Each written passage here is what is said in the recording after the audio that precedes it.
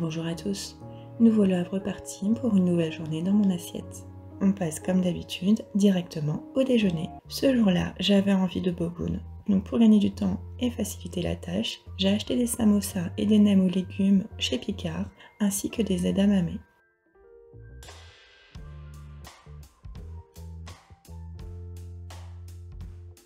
Donc il nous faut également du vermicelle de riz, et pour la sauce, du sucre, du vinaigre de riz, du citron, si vous avez du citron vert c'est encore meilleur, de la sauce soja, une gousse d'ail et de la purée de piment. Pour le topping, à la place des cacahuètes, je mets des noix de cajou et des graines de sésame. Et il faudra également des crudités. Donc dans un premier temps, je prépare la sauce. Donc je verse une cuillère à café de sucre, 10 centilitres d'eau, une cuillère à café de vinaigre de riz, 2 cuillères à café de sauce soja. On met le tout sur le feu pour faire fondre légèrement le sucre. On n'a pas besoin de faire porter à ébullition. Une fois que le sucre est bien fondu, on verse dans un bol. On y ajoute une gousse d'ail écrasée, une cuillère à café de citron vert, de la purée de piment, ça c'est vraiment selon votre goût, et il nous faut des carottes râpées très finement.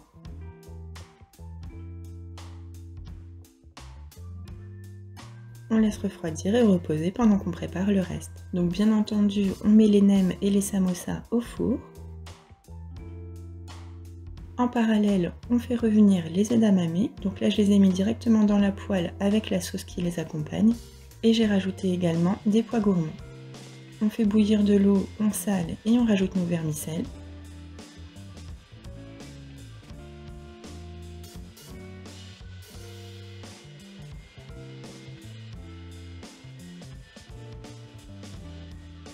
Une fois que le vermicelle est cuit, il faut les rincer à l'eau froide pour qu'ils ne collent pas.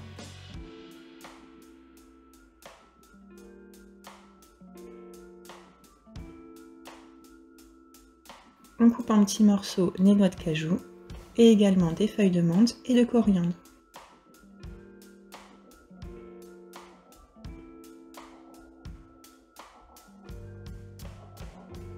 Pour une plus jolie présentation, j'ai coupé les nems et les samosas.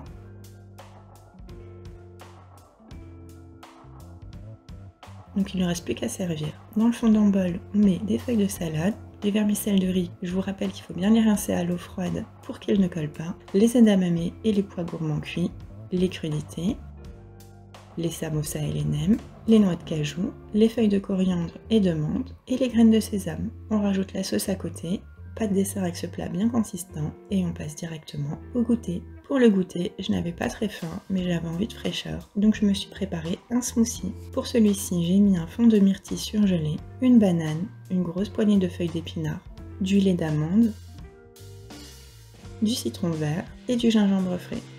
On mixe le tout, on sert.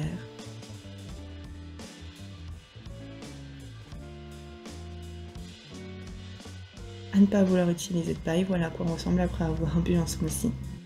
Pour le soir, c'est un demi-fail, mais c'était très bon. Donc je vous présente ma recette de pita ou wrap garni, je ne sais trop comment l'appeler. Donc pour la pâte à tortilla, il nous faut 250 g de farine, une cuillère à café de sel, 1,5 cuillère à soupe d'huile d'olive et 140 ml d'eau. On pétrit le tout, on emballe et on laisse reposer pour 30 minutes, le temps de préparer le restant. En parallèle, j'ai préparé un houmous, donc j'ai rincé un grand bocal de pois chiches et j'ai utilisé la moitié pour l'houmous et l'autre moitié ira au four. Pour l'houmous, on verse les pois chiches dans un mixeur, on rajoute une cuillère à café de tahini, de l'huile d'olive, du sel, du cumin, du jus de citron,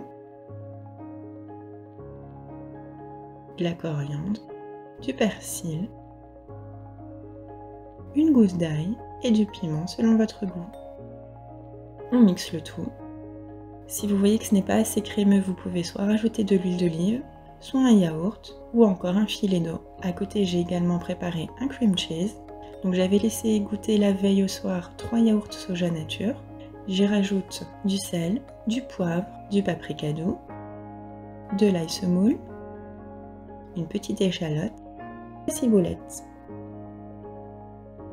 du jus de citron,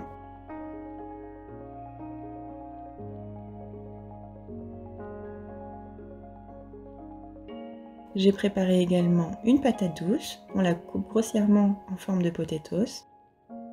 On y ajoute du sel, de l'ail fumé, du paprika fumé, du cumin, de l'huile d'olive. On mélange le tout, on met sur notre plaque qui va au four et on fait la même chose avec les pois chiches.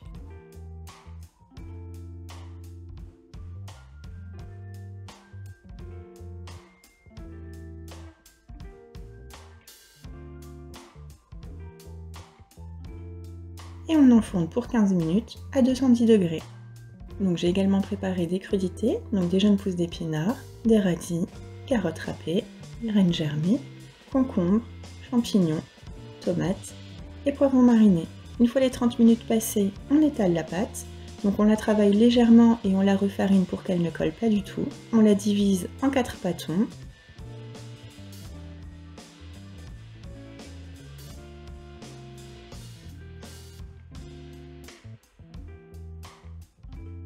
Et ces 4 pâtons, on les étale très finement. Donc j'ai commencé avec de la farine, c'est beaucoup plus facile à étaler. On essaye de faire des ronds.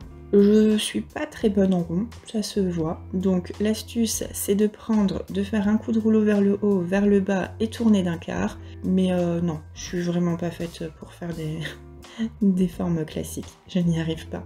Je pense que vous y arriverez toujours mieux que moi. Mais bon, au final, c'est pas la présentation qui compte, c'est le goût. Donc, on l'étale un maximum, il faut vraiment qu'elle soit le plus fine possible. Et une fois la bonne épaisseur acquise, on la met directement dans une poêle bien chaude. Vous la laissez prendre, donc on ne graisse surtout pas la poêle.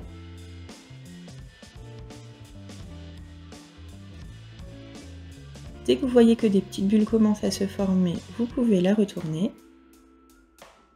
Et si on a de la chance, elle va gonfler totalement.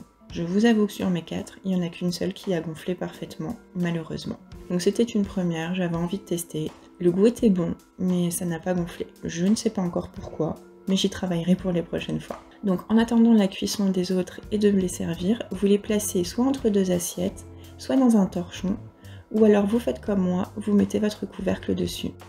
Ensuite, si elles ont réussi à gonfler, vous pouvez les ouvrir et vous placer à l'intérieur. Donc l'houmous. On rajoute ensuite nos crudités.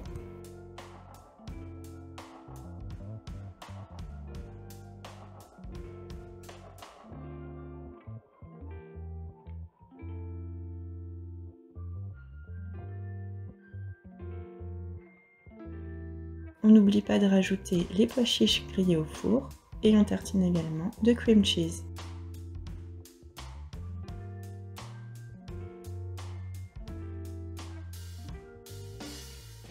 On ramène le tout vers l'intérieur, on tourne, ça ne ressemble à rien, mais je vous jure que c'était bon. Dites-moi en commentaire si jamais vous savez pourquoi mes tortillas n'ont pas complètement gonflé et pourquoi ils sont devenus aussi durs. Je pense que je les ai un petit peu trop cuits, mais je ne sais pas. S'il y a des spécialistes ici, je prends tous les conseils. On sert ça avec les potatoes et vraiment, c'était un délice. J'espère que ces recettes vous auront plu. Si c'est le cas, un like, ça fait toujours plaisir. Abonnez-vous si ce n'est pas déjà fait et à très bientôt.